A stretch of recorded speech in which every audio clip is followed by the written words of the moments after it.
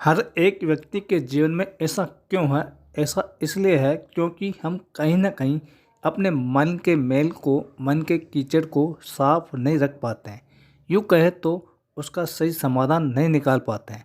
खैर, चलिए मैं आपको एक कहानी सुनाता हूँ। शायद आपको इस कहानी से इस सवाल का हल मिल जाए।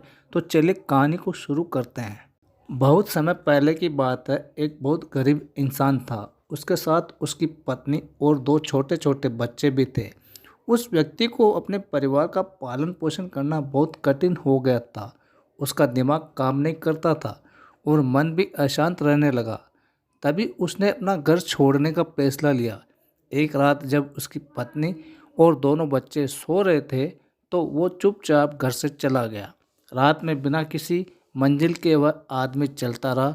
तभी अचानक उसने देखा कि एक नदी के किनारे भगवान बुद्ध अपने शिष्यों के साथ बैठे हैं। उसी वक्त उसने निर्णय लिया कि वह अब सन्यासी हो जाएगा और भगवान बुद्ध का शिष्य बनकर यहीं रहेगा। उसके बाद वह भगवान बुद्ध के चरणों में जाकर गिर गया और उनसे विनती करने लगा कि वो उसे अपना शिष्य बनाकर अपने साथ रख ले। भगवान बुद्ध ने उस गरीब इंसान की बात सुनकर उसे अपना शिष्य बनाकर अपने साथ रख लिया। भगवान बुद्ध अपने शिष्यों के साथ आगे बढ़ते हैं। रास्ते में चलते चलते थक गए थे। सब रुक कर एक पेड़ के नीचे विश्राम करने लगते हैं।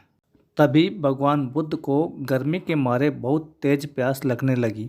उन्होंने अपने नए शिष्य से कहा, यहाँ पास में ही एक सरोवर है, तुम जाकर वहाँ से पानी ले आओ। भगवान बुद्ध का आदेश मानकर वह सरोवर से पानी लेने चला गया।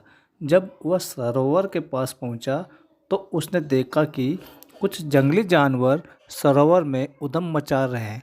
जैसे ही वह सरोवर के पास गया तो सारे जानवर वहाँ से भाग जाते हैं, लेकिन सरोवर में कीचड़, सड़े पत्ते ऊपर तैर रहे थे, जिसके कारण उसका मन नहीं मान रहा था। उसने सोचा कि इतना गंदा पानी भगवान बुद्ध पिएंगे कैसे। फिर वह बिना पानी लिए ही वापस लौटता है और आकर बुद्ध से बोलता है कि भगवान, सरोवर में तो बहुत ज़्यादा गंदा पानी है, वो पीने के लायक नहीं है। अपने शिष्य की बात सुनकर भगवान बुद्ध थोड़ी देर चुप होकर बोले, तुम वापस जाओ और उसी सरोवर से जाकर पानी लेकर आओ। भगवान बुद्ध का आदेश मानकर वह वापस से सरोवर की तरफ चला गया, लेकिन वह मन में यही सोच रहा था कि भगवान बुद्ध इतने गंदे पानी को कैसे पिएंगे। जैसे ही वह सरोवर के पास गया, वह यह देखकर चौंक गया कि सरोवर का पानी एकदम निर्मल और स्वच्छ हो गया है। उसने सरोवर से पानी लिया और भगवान बुद्ध के पास आया। फिर आते ही उनसे प्रश्न करता है, हे भगवान, थोड़ी ही देर में सरोवर का पानी इतना साफ कैसे हो गया।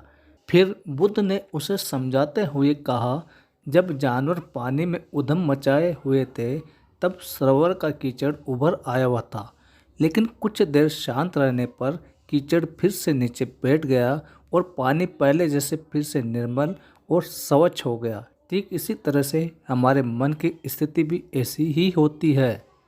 जीवन की कठिनाइयाँ और भागदौड़ हमारे मन में उथल पुथल पैदा कर देती है, जिसके कारण हम बिना सोचे समझे गलत निर्णय ले लेते हैं।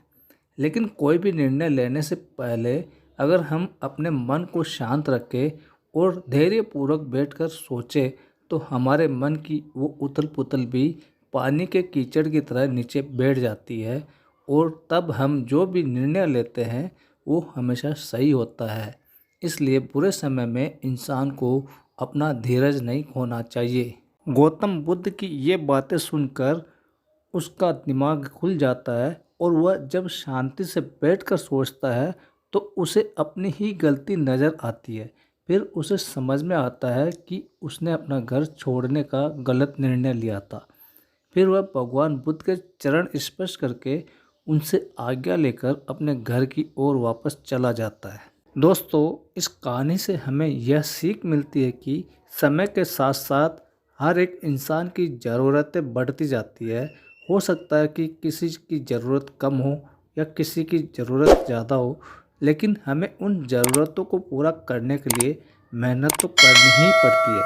हाँ, ये हो सकता है कि मेहनत करते वक्त हमें बहुत सारी कठिनाइयों उस समस्याओं का सामना करना पड़ सकता है। इसी वजह से बहुत बार हमारा मन अशांत हो जाता है, निराश हो जाता है। दिल दिमाग में एक अजीब सी हलचल होने लगती है जिसकी वजह से हम गलत फैसला ले लेते हैं। परंतु दोस्तों, हमें घबराने की ज़रूरत नहीं है। हमें अपने दिमाग को शांत करने की ज़रूरत है। थोड़ा समय देकर इसके बारे में सोचने की ज़रूरत है। इसका समाधान कुछ ना कुछ ज़रूर निकल आता है। धन्यवाद दोस्तों।